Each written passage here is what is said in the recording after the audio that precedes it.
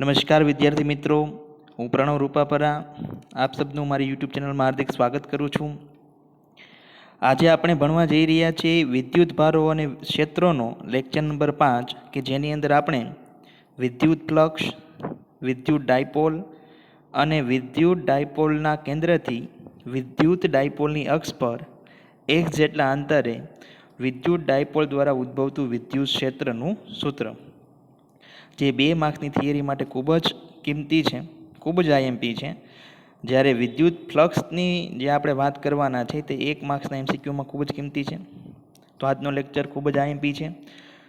તો લઈ લો તમારી બુક અને પેન અને શરૂ કરીએ આજનો આપણો લેક્ચર. સૌપ્રથમ આવે છે વિદ્યુત ફ્લક્સ.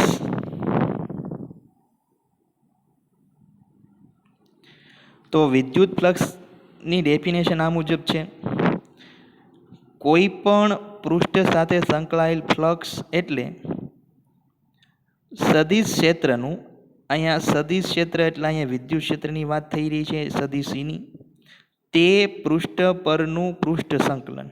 તે પૃષ્ઠ એટલે અહીંયા કોઈ ક્ષેત્રફળ સદિશ છે અને તેનું સંકલન કરવાનું છે. ફરીવાર,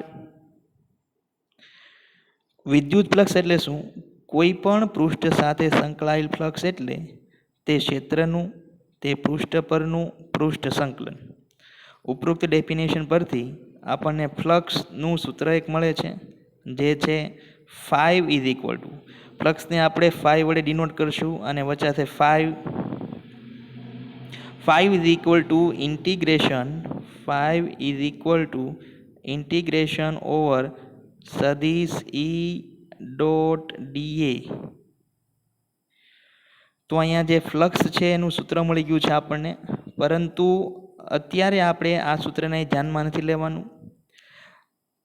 ફ્લક્સ છે એ આ જ ચેપ્ટરમાં આપણે આગળ ગાઉસના નિયમમાં આપણે ભણવાના છીએ, ત્યારે પાછો સૂત્ર લેશું. હાલ પૂરતું તમારે આ સૂત્ર યાદ રાખવાનું છે. ફ્લક્સનું φ ઇઝ ઇક્વલ ટુ સદિશ E ડોટ સદિશ A. ફરીવાર, સદિશ φ ઇઝ ઇક્વલ ટુ સદિશ E ડોટ સદિશ A. તો વિદ્યુત ફ્લક્સ એટલે શું? તો કે ભાઈ વિદ્યુત ક્ષેત્ર અને ક્ષેત્રફળ સદિશો વચ્ચેનો ડોટ પ્રોડક્ટ. કોઈ પણ 2 સદિશ રાશિઓનો ડોટ પ્રોડક્ટ કરવામાં આવે તો મળતી રાશિ અદિશ છે, એટલે કે વિદ્યુત ફ્લક્સ છે એ અદિશ રાશિ છે. હવે તમારે એમ યાદ રાખવાનું છે કે વિદ્યુત ફ્લક્સ એટલે બીજું કશું જ નહીં, વિદ્યુત ક્ષેત્ર રેખાઓની સંખ્યા. ફરીવાર, વિદ્યુત ફ્લક્સ એટલે શું? વિદ્યુત ક્ષેત્ર રેખાઓની સંખ્યા. સંખ્યા છેલ્લે આવે છે એનો મતલબ એવો થાય કે વિદ્યુત ફ્લક્સ છે એ અદિશ રાશિ છે.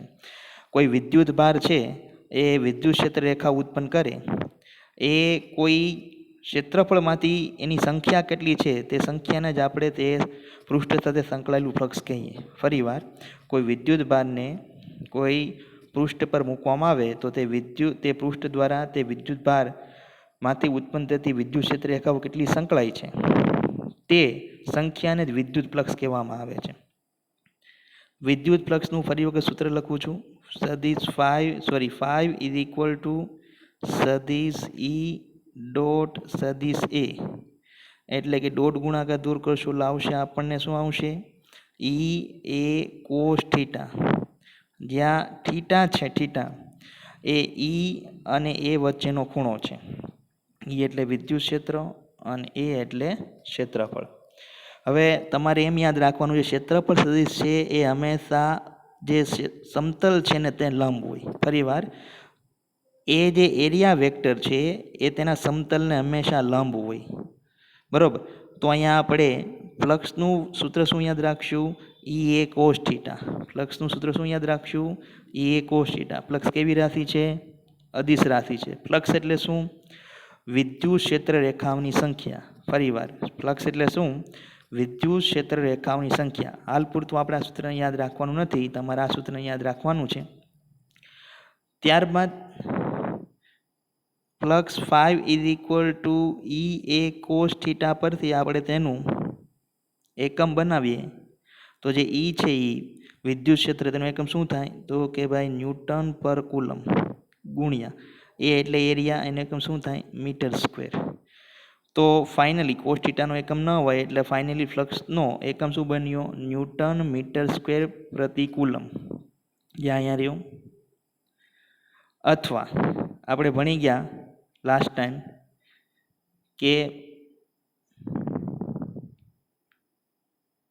ઈ છે, ઈ વિદ્યુત ક્ષેત્રનો બીજો એકમ છે વોલ્ટ પ્રતિ મીટર. યાદ હોય તો એરિયા છે એનો એકમ શું થશે? Metre square. એટલે 1 મીટર કટ થશે એટલે ફાઇનલ આન્સર આવ્યો volt into metre. Volt into metre. યાદ રાખો, ઈ જે વિદ્યુત ક્ષેત્ર છે તેનો એકમ છે વોલ્ટ પ્રતિ મીટર, જ્યારે ફ્લક્સ છે એનો એકમ છે વોલ્ટ ઇન્ટુ મીટર. આ બે વસ્તુ ભૂલાય નહીં.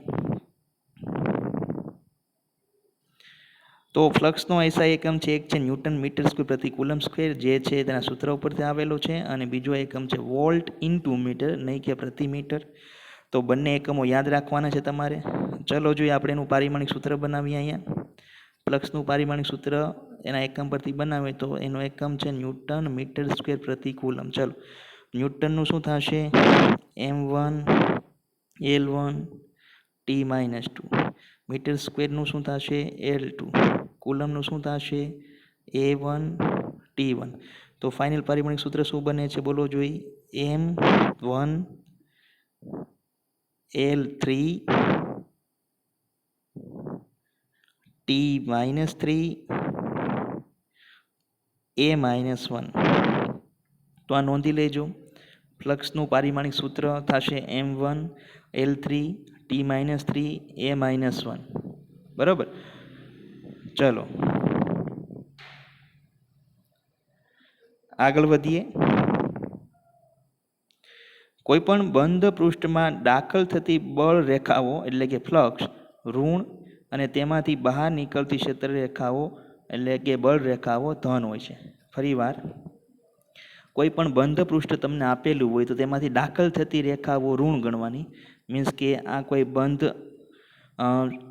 પૃષ્ઠ છે તેમાં દાખલ થતી એટલે કે આવી રીતના આ જે ક્ષેત્ર રેખાઓ કે બળ રેખાઓ છે તેને ઋણ ગણવાની, અને તેમાંથી જે નીકળતી જે ક્ષેત્ર રેખાઓ છે એને ધન ગણવાની. બરોબર છે. ફરી વખત જોઈએ. બંધ પૃષ્ઠમાં દાખલ થતી બળ રેખાઓ, અહીંયા વિદ્યુત ક્ષેત્ર રેખાઓ કહેશું આપણે, એને ઋણ ગણવાની, અને તેમાંથી બહાર નીકળતી બળ રેખાઓ એટલે કે ફ્લક્સને ધન ગણવાનું. અહીં એક એક્ઝામ્પલ આપેલું છે, જોઈએ. એક બંધ પૃષ્ઠ છે, તેમાંથી વિદ્યુત ક્ષેત્ર રેખાઓ અહીંથી દાખલ થાય છે. આપણે વાત કરીએ કે દાખલ થતી ક્ષેત્ર રેખાઓ ઋણ ગણવાની, અને બહાર નીકળતી ક્ષેત્ર રેખાઓ કેવી ગણવાની? ધન ગણવાની.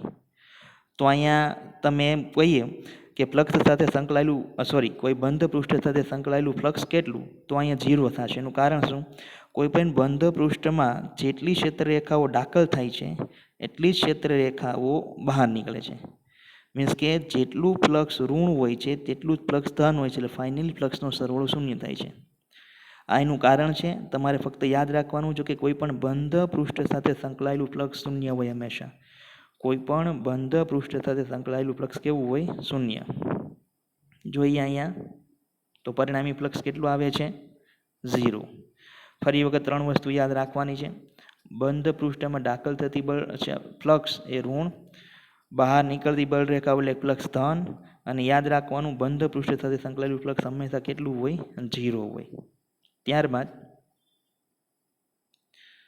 આપણે અગાઉ ભણી ગયા કે કોઈ ધન વિદ્યુત ભાર હોય છે તેની ક્ષેત્ર રેખાઓ બહાર તરફ જતી હોય છે. તો અહીંયા આકૃતિ એક આપેલી છે, જેમાં જો ફરી વખત જોઈએ. આકૃતિમાં જુઓ તો એક બિંદુવત વિદ્યુત ભારને પૃષ્ઠની અંદર મૂકેલો છે. અહીંયા આ પૃષ્ઠ છે, ધન વિદ્યુત ભાર છે. ધન વિદ્યુત ભારની ક્ષેત્ર રેખાઓ પૃષ્ઠની બહાર તરફ નીકળતી હોય છે. એનો મતલબ કે આ પૃષ્ઠ સાથે સંકળાયેલું ફ્લક્સ છે એ ધન હશે. 5 ઇઝ ગ્રેટર ધેન 0. કેટલું હશે? તો ચેક કરીએ ફરી વખત. ફ્લક્સનું સૂત્ર શું થશે? તો કે ભાઈ E A cos થીટા. જ્યાં થીટા છે E અને A વચ્ચેનો ખૂણો છે, તો E no E, A no A. આકૃતિ પરથી જોઈ શકો છો તમે, E આ દિશામાં જ છે, એ છે એ હંમેશા બહારની તરફ હોય છે, બંનેની દિશા એક જ હોવાથી cos 0 થશે, cos 0 1 થશે એટલે ફાઇનલ આન્સર આવશે ઈ એ. તો અહીંયા ફ્લક્સ મળ્યું આપણે પ્લસ ઈ એ. cos 0 શું કામ લીધો છે યાદ રાખવાનું છે, તો ફ્લક્સ ધન મળ્યું. ત્યારબાદ આગળ વધીએ. બીજી એક આકૃતિ છે, તેમાં બંધ પૃષ્ઠ છે, તેમાં વિદ્યુત ભાર છે, એ ઋણ વિદ્યુત ભાર છે. ઋણ વિદ્યુત ભારની ક્ષેત્રરેખાઓ અંદર તરફ હોય છે, આપણે આગળના લેક્ચરમાં ભણી ગયા.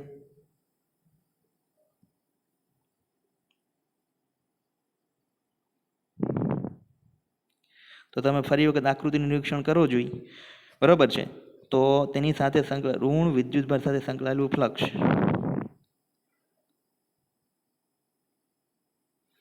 તો ફ્લક્સનું સૂત્ર થશે 5 = E A cos થીટા. ઈ છે એ છે, કોસ થીટા એટલે શું, તો કે ભાઈ ઈ છે એ આ દિશામાં છે, જ્યારે એ છે હંમેશા બહાર તરફ જ લેવાનો હોય છે, યાદ રાખવાનું છે એરિયા વેક્ટર. તો અહીંયા ઈની દિશા આમ છે, એની દિશા આમ છે, તો થીટા બંને 180. તો અહીંયા થીટા છે 180 લીધો છે.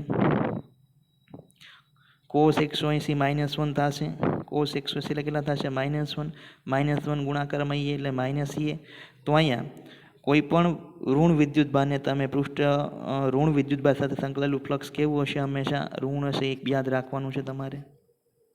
ત્યાર પછી આ ખાસ ધ્યાન રાખજો, તમને એક આકૃતિ આપેલી છે જેમાં વિદ્યુત ક્ષેત્ર આ દિશામાં છે, એટલે કે ધન x દિશામાં છે.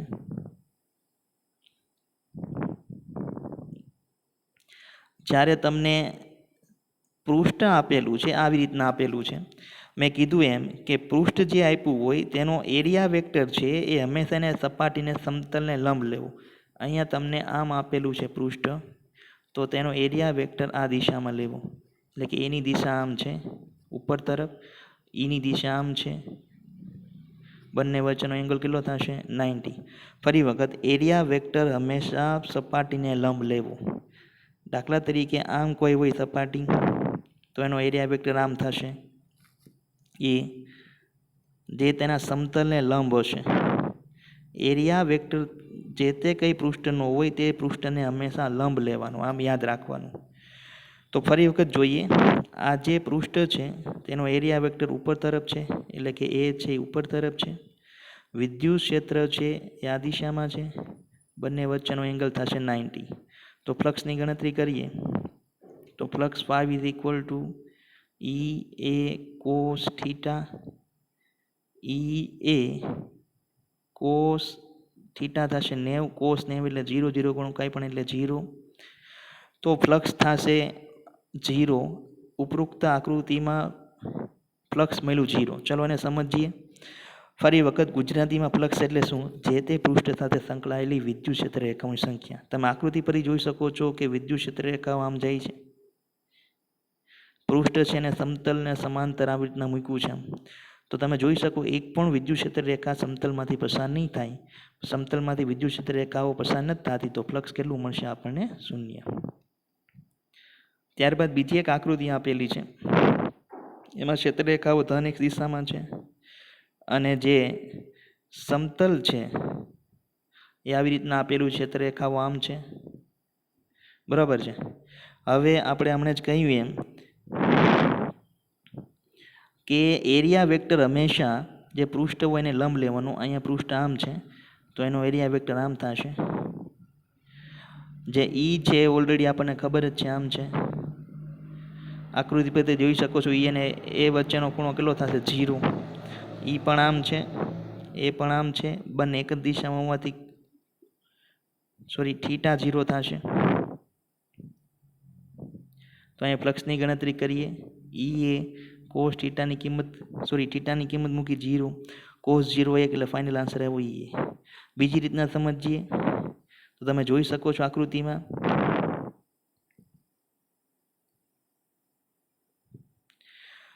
વિદ્યુત ક્ષેત્ર રેખાઓ x દિશામાં છે, એવી રીતના એને આપણે પૃષ્ઠ મૂકેલું છે કે મેક્સિમમ ક્ષેત્ર રેખાઓ એમાંથી પસાર થશે, બરાબર છે. તો અહીંયા તમે જોઈ શકો છો ઈ અને એ સમાંતર છે. અહીંયા ઈ અને એ લંબ હતા, તેથી થીટા 90 હતો, એટલે ફ્લક્સ 0 હતું. અહીંયા ઈ સમાંતર એટલે થીટા 0 છે, તેથી ફ્લક્સ મેક્સિમમ હશે. તમે આકૃતિ પરથી જોઈ શકો છો. તો ત્યારબાદ આગળ વધીએ તો હવે આવે છે વિવિધ કિસ્સાઓમાં ફ્લક્સની ગણતરી. એમાં પહેલું ઘનના કેન્દ્ર પર વિદ્યુતભાર ક્યુ. તો તમે એક આકૃતિ તમે જોઈ શકો છો. એક ઘન આપેલો છે, ઘનના કેન્દ્ર પર એક વિદ્યુતભાર ક્યુ મૂકેલો છે, અને આપણે તેમાંથી 4 મુદ્દા યાદ રાખવાના છે. પહેલું, ઘનના કેન્દ્ર, તો એમ કીધું હોય કે ઘન સાથે સંકળાયેલું ફ્લક્સ ગોતો, તો ફ્લક્સ આવશે Q/ε0. આ આપણે આગળ ભણવાનું છે, Q/ε0 જે ગાઉસનો નિયમ છે. અત્યારે તમારે હાલ પૂરતું યાદ રાખવાનું છે. તમને ફ્લક્સનું એક જ સૂત્ર ખબર છે, E cos θ. ત્યારબાદ આપણે આગળ ભણશું ફ્લક્સનું બીજું સૂત્ર છે સિગ્મા Q/ε0 અથવા Q/ε0, જે અત્યારે વાપરેલું છે. અત્યારે તમારે હાલ પૂરતું યાદ રાખવાનું છે કે ફ્લક્સ કેટલું છે, Q/ε0. કોની સાથે? તો કે ભાઈ આખા સમઘન સાથે. ત્યારે કોઈ સમઘનના કેન્દ્રમાં વિદ્યુતભાર મૂકેલો હોય Q અને પ્રશ્ન પૂછેલો હોય કે સમઘન સાથે સંકળાયેલું ફ્લક્સ ગોતો, તો Q/ε0 આવશે. ફરીવાર, કોઈ એક સમઘનના કેન્દ્ર પર શિરોબિંદુ ઉપરની કેન્દ્ર પર વિદ્યુતભાર Q મૂકેલો હોય અને એમ પ્રશ્ન પૂછવામાં આવે કે સમઘન સાથે સંકળાયેલું ફ્લક્સ કેટલું, તો Q/ε0. બીજું, કોઈ એક બાજુમાંથી પસાર થતું ફ્લક્સ કેટલું, એવું પ્રશ્ન પૂછેલું હોય. કોઈ એક બાજુ. હવે તમે જોવો જી, સમઘન ઉપર ધ્યાન આપો. સમઘનમાં બાજુ એવો કેટલી છે, બાજુઓ. તો અહીંયા કુલ 6 બાજુઓ થાય. બાજુ એટલે પૃષ્ઠ થશે, યાદ રાખજો. તો અહીંયા 6 પૃષ્ઠ છે, તમે જોઈ શકો છો. આપણે બનાવીએ. આ એક છે, સામેની બાજુ બીજું, આ ત્રીજું, આ ચોથું, આ નીચેનું પાંચમું અને ઉપરનું છઠ્ઠું. તો 6 પૃષ્ઠ બને છે. કેટલા? 6. તો હવે જો આખા સમઘન સાથે સંકળાયેલું ફ્લક્સ કેટલું છે, Q/ε0. તો કોઈ એક બાજુમાંથી પસાર થતું ફ્લક્સ કેટલું હોય, આમાંથી પૂછ્યું હોય કે આ બાજુ સાથે સંકળાયેલું ફ્લક્સ કેટલું, એમ. ફરી વખત સમજીએ. ફ્લક્સ એટલે શું? ક્ષેત્ર રેખાઓની સંખ્યા. હું એક સમઘન દોરું છું.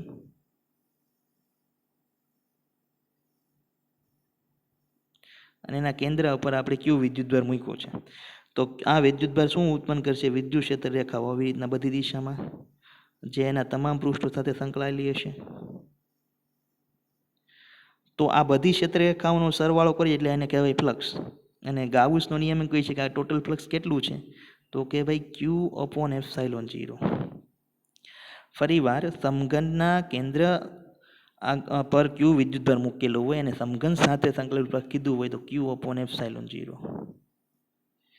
પરંતુ જો હવે તમને કોઈ એક બાજુ સાથે સંકળાયેલું ફ્લક્સ કીધું હોય તો એક બાજુમાંથી કેટલી ક્ષેત્રરેખાઓ પસાર થાય, તો કુલ કેટલી ક્ષેત્રરેખાઓ છે Q/ε0, જે 6 બાજુમાંથી પસાર થાય છે. તો એક બાજુમાંથી કેટલી ક્ષેત્રરેખાઓ પસાર થશે, તો એના છઠ્ઠા ભાગની પસાર થશે.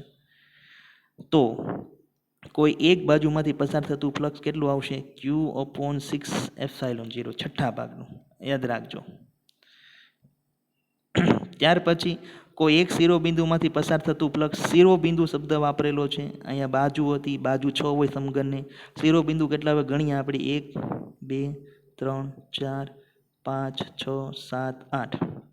તો વળી પાછી 83 મૂકીએ કે ભાઈ જો સમઘનના કેન્દ્ર પર Q વિદ્યુતભાર મૂક્યો હોય અને સમઘન સાથે સંકળાયેલું ફ્લક્સ Q/ε0 હોય, તો હવે આપણે કોઈ એક શિરોબિંદુમાંથી પસાર થતું ફ્લક્સ ગણવાનું. તો શિરોબિંદુ કેટલા છે, 8.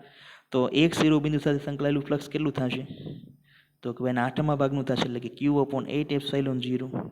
શિરોબિંદુ 8 હોય સમઘનને, બાજુ 6 હોય, આ યાદ રાખવું.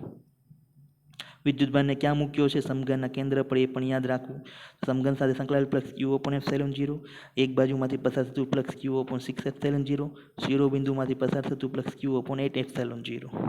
ત્યારબાદ ચોથો મુદ્દો, કોઈ એક ધારમાંથી પસાર થતું ફ્લક્સ કેટલું, તો Q/12ε0. ચલો જોઈએ કેવી રીતના આવે છે. તો જો અહીંયા સમઘનના કેન્દ્ર પર Q વિદ્યુતભાર મૂકેલો છે, સમઘન સાથે સંકળાયેલું ફ્લક્સ Q/ε0 હોય, તો આપણે કોઈ એક ધારમાંથી પસાર થતું ફ્લક્સ ગણવાનું છે. તો ધાર કેટલી, તો ગણીએ 1 2 3 4 5, 6, 7, 8, 9, 10, 11, 12. તો 12 ધાર છે તો કોઈ એક ધાર સાથે સંકળાયેલું ફ્લક્સ કેટલું હોય? આ છે એ 12 ધાર સાથે સંકળાયેલું ફ્લક્સ છે.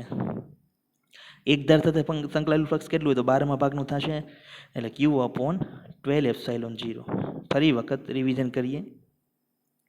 કોઈ એક સમઘનના કેન્દ્ર ઉપર Q વિદ્યુતભાર મૂક્યો હોય અને પૂછ્યું કે સમઘન સાથે સંકળાયેલું ફ્લક્સ, તો Q/ε0.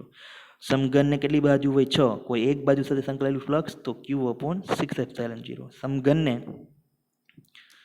શિરોબિંદુ કેટલા હોય? તો કે ભાઈ 8 હોય. તો સમઘનના એક શિરોબિંદુ સાથે સંકળાયેલું ફ્લક્સ Q/8ε0. અને છેલ્લે ધાર કેટલી હોય સમઘનને? તો કે ભાઈ 12 હોય. બરાબર. તો કોઈ એક ધારમાંથી પસાર થતું ફ્લક્સ કેટલું આવશે? Q/12ε0. આ ખાસ યાદ રાખજો, એકવાર નીટમાં ક્વેશ્ચન આ પૂછાયેલો છે. ચલો ત્યાર પછી આગળ વધીએ. થોડુંક એમાં અઘરું કરીએ.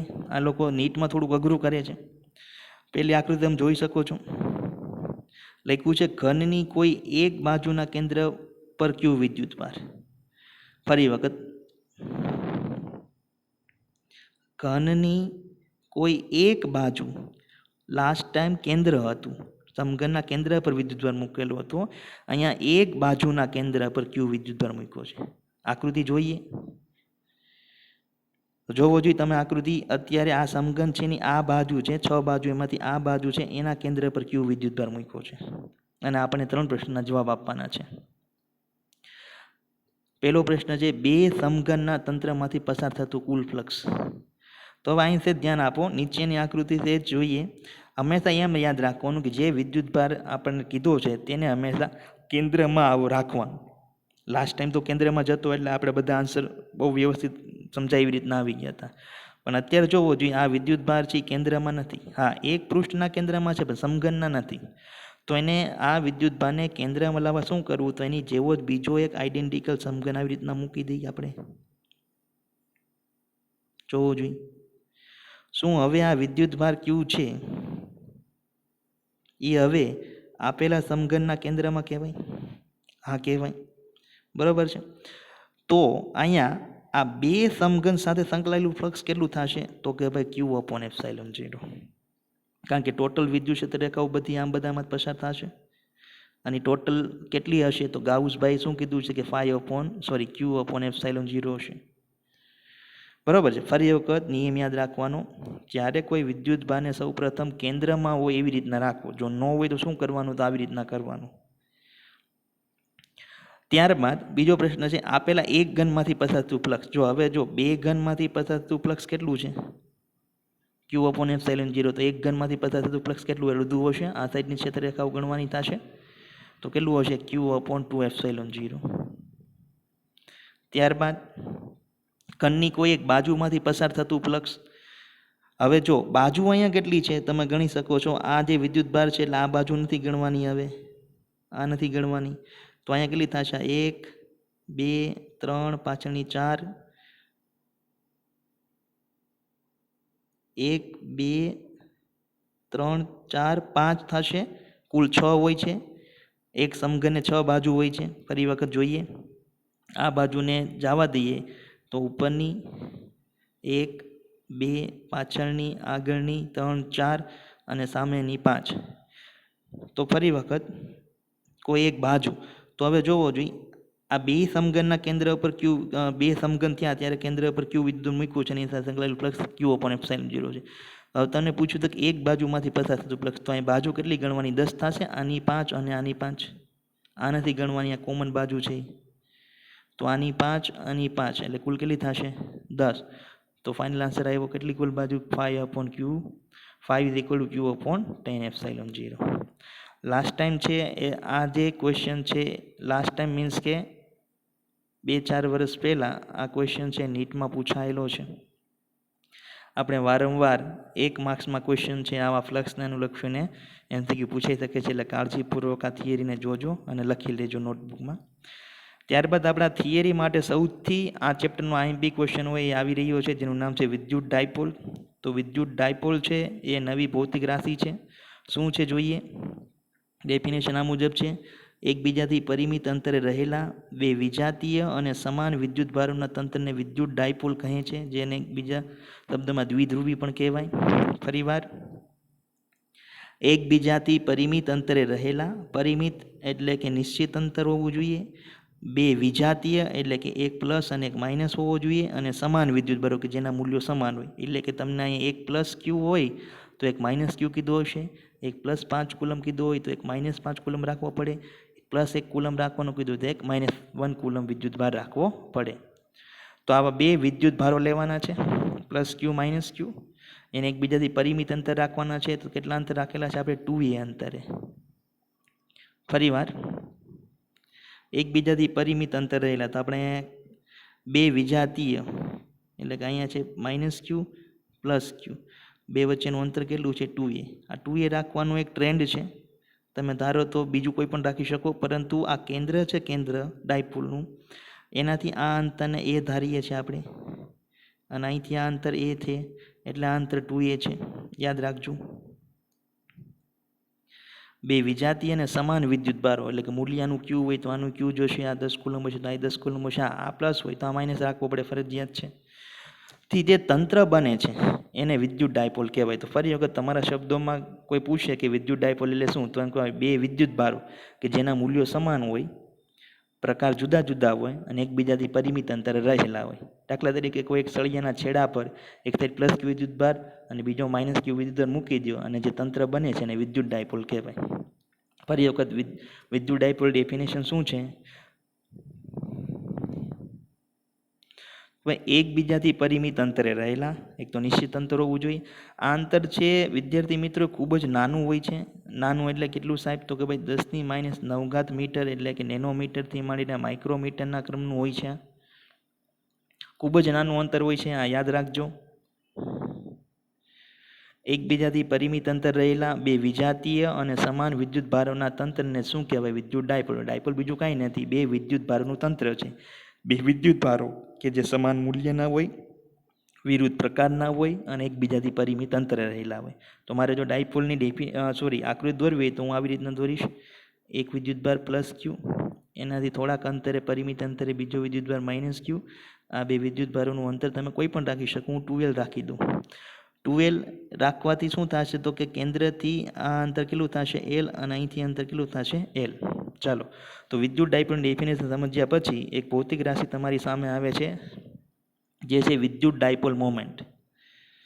વિદ્યુત ડાયપોલ મોમેન્ટ એની ડેફિનેશન આ છે. આ તંત્રની ડાયપોલ મોમેન્ટ જેને સદિશ p વડે દર્શાવે છે. તેના વડે દર્શાવે છે? સદિશ p વડે. સદિશ p નું ગુજરાતી શું થાય? ડાયપોલ મોમેન્ટ અથવા વિદ્યુત ડાયપોલ મોમેન્ટ નીચે મુજબ વ્યાખ્યાયિત કરવાય. એનું સૂત્ર જ છે આ, સદિશ p = q × 2a. તમારે ડેફિનેશન લખવી તો આ રીતના લખી શકો. સદિશ p = ડાયપોલ છે, ડાયપોલ એના બેમાંથી કોઈ એક વિદ્યુત ભારનું મૂલ્યની વાત થાય છે, એટલે બેના સરખા છે એટલે કોઈ પણ એકનું લેવાનું, એને ગુણ્યા તે બે વિદ્યુત ભારો વચ્ચેનું અંતર. તે બે વિદ્યુત ભારો વચ્ચેનું અંતર એટલે અહીંયા 2a. આ 2 છે યાદ રાખવાનો છે, કોઈ 2 વડે એક્સ્ટ્રા ગુણવાના નથી. 2a ટોટલ બે વિદ્યુત ભારો વચ્ચેનું અંતર છે. માનો કે આ 10 એંગસ્ટ્રોમ હશે તો અહીંયા 10 એંગસ્ટ્રોમ જ મૂકવાના છે. 10 × 2 એટલે 20 નથી મૂકવાના. 2a શું છે? તો કે ભાઈ બે વિદ્યુત ભારો વચ્ચેનું અંતર જ છે, યાદ રાખજો. ફરી વખત નવી ભૌતિક રાશિ એવી વિદ્યુત ડાયપોલ મોમેન્ટ, જેને આપણે સદિશ સ્મોલ p વડે દર્શાવતું, જેનું સૂત્ર છે q × 2a. અહીંયા સદિશ મૂકેલો છે એટલે ઓબ્વિયસલી સદિશ રાશિ હશે. સદિશ રાશિ હોય એટલે મૂલ્ય તો આપણને ખબર પડી ગઈ, q × 2a. કોઈ પણ એક વિદ્યુત ભારનું મૂલ્ય એને ગુણ્યા બે વિદ્યુત ભારો વચ્ચેનું અંતર. ફરીવાર, કોઈ પણ એક વિદ્યુત ભારનું મૂલ્ય અહીંયા 5 હોય તો અહીંયા 5 જ હશે, આ માઇનસ હોય, પ્લસ હોય, અહીંયા તો 5 જ મૂકવાના છે, પ્લસ માઇનસ મૂકવાના જ નથી, ધનમાં જ મૂકવાના છે, અને તેમને વચ્ચેનું અંતર. તો આ બે વસ્તુના ગુણાકારને વિદ્યુત ડાયપોલ મોમેન્ટ સદિશ p વડે કેમ. હવે એની દિશા કઈ છે? તો યાદ રાખવાનું છે, હંમેશા વિદ્યુત ડાયપોલની દિશા ઋણથી ધન તરફ હોય. એટલે કે આકૃતિમાં આ દિશામાં વિદ્યુત ડાયપોલ મોમેન્ટ હશે, ઋણ વિદ્યુત ભારથી ધન વિદ્યુત ભાર તરફ હોય. આ યાદ રાખજો. પહેલાં સૌપ્રથમ આપણે આ જે નવી ભૌતિક રાશિ છે એને ફરી વખત જોઈ લઈએ. એમાં સદિશ p છે વિદ્યુત ડાયપોલ મોમેન્ટ તરીકે ઓળખાય છે, જેનું સૂત્ર છે કોઈ પણ બે વિદ્યુત ભારોમાંથી એક વિદ્યુત ભારોનું મૂલ્ય ગુણ્યા તે બે વિદ્યુત ભારો વચ્ચેનું અંતર. સદિશ રાશિ છે તેની દિશા માઇનસથી ધન તરફની હોય છે. એકમ બનાવીએ. ક્યુ છે ક્યુ એ કુલમ મપાય, આફ્ટર ઓલ તો અંતર છે એટલે મીટર મપાય તો કુલમ ઇન્ટુ મીટર થશે. ફરી વખત પી બરાબર ક્યુ ઇન્ટુ 2a. વિદ્યુત ડાયપોલ મોમેન્ટ કોઈ પણ એક વિદ્યુતભારનું મૂલ્ય તે બે વિદ્યુતભારો વચ્ચેનું અંતર એકમ થશે કુલમ ઇન્ટુ મીટર. પારિમાણિક સૂત્ર બનાવીએ. મીટર છે એટલે દળ તો નથી, m0 મીટર છે એટલે L1 T1 A1 થશે, કારણ કે કુલમનો શું થશે T1 A1, એટલે ફાઇનલ પારિમાણિક સૂત્ર બન્યું m0 L1 T1 A1. તો અહીંયાનું પારિમાણિક સૂત્ર બન્યું છે m0 L1 T1 A1 અથવા ક્યુના સ્વરૂપમાં L1 Q1. તો એનું પારિમાણિક સૂત્ર યાદ રાખજો. ત્યારબાદ આગળ વધીએ. ડાયપોલ મોમેન્ટ સદિશ રાશિ છે, તેની દિશા યાદ રાખજો ખાસ ઋણ વિદ્યુતભારથી ધન વિદ્યુતભાર તરફ લેવામાં આવે છે. દિશા બહુ અગત્યની છે, અહીંયા ધ્યાન રાખજો. ડાયપોલ મોમેન્ટની દિશા ઋણ વિદ્યુતભારથી ધન વિદ્યુતભાર તરફ લેવામાં આવે છે, યાદ રાખજો. ત્યારબાદ જે બે થિયરીના ટોપિક છે યાદ રાખવાના છે. વિદ્યુત ડાયપોલ પરનો વિદ્યુતભાર ટોટલ શૂન્ય થાય છે, કારણ કે બે સમાન મૂલ્યના વિરુદ્ધ પ્રકારના લેવાના હોય. એક 10 કુલમ લીધો તો બીજો -10 કુલમ, એટલે ટોટલ વિદ્યુતભાર 0 થાય, પરંતુ એનું વિદ્યુત ક્ષેત્ર શૂન્ય નથી, કારણ કે બંને વિદ્યુતભારોના સ્થાન કેવા છે, અલગ અલગ છે, એટલા માટે. આ એક જે લીટી છે તમારે પાકી કરવાની છે સદિશ P = Q × 2a માં લિમિટ 2a ટેન્ડ્સ ટુ 0 અને Q ટેન્ડ્સ ટુ ઇન્ફાઇનાઇટ લક્ષમાં મળતી ડાયપોલની બિંદુ ડાયપોલ કહેવાય છે. અહીંયા બિંદુ ડાયપોલ કહીશું આપણે એને. તો બિંદુ ડાયપોલની ડેફિનેશન છે, એમાં તમારે બે વસ્તુ યાદ રાખવાની છે કે બિંદુ ડાયપોલ ક્યારે બને કે ભાઈ જો સૂત્ર P બરાબર 2a માં લિમિટ 2a ટેન્ડ્સ ટુ 0, એટલે કે બે વિદ્યુતભારોને ખૂબ જ નજીક લાવવામાં આવે અને Q ટેન્ડ્સ ટુ ઇન્ફાઇનાઇટ, એટલે કે Q વિદ્યુતભારને અનંત કરવામાં આવે ત્યારે જે ડાયપોલ મોમેન્ટ મળે તેને બિંદુ ડાયપોલ કહેવાય છે. તો તમારે આ બે વસ્તુ યાદ રાખવાની છે. બિંદુ ડાયપોલમાં લિમિટ 2a ટેન્ડ્સ ટુ 0 હોય અને Q ટેન્ડ્સ ટુ શું હોય, ઇન્ફાઇનાઇટ હોય છે.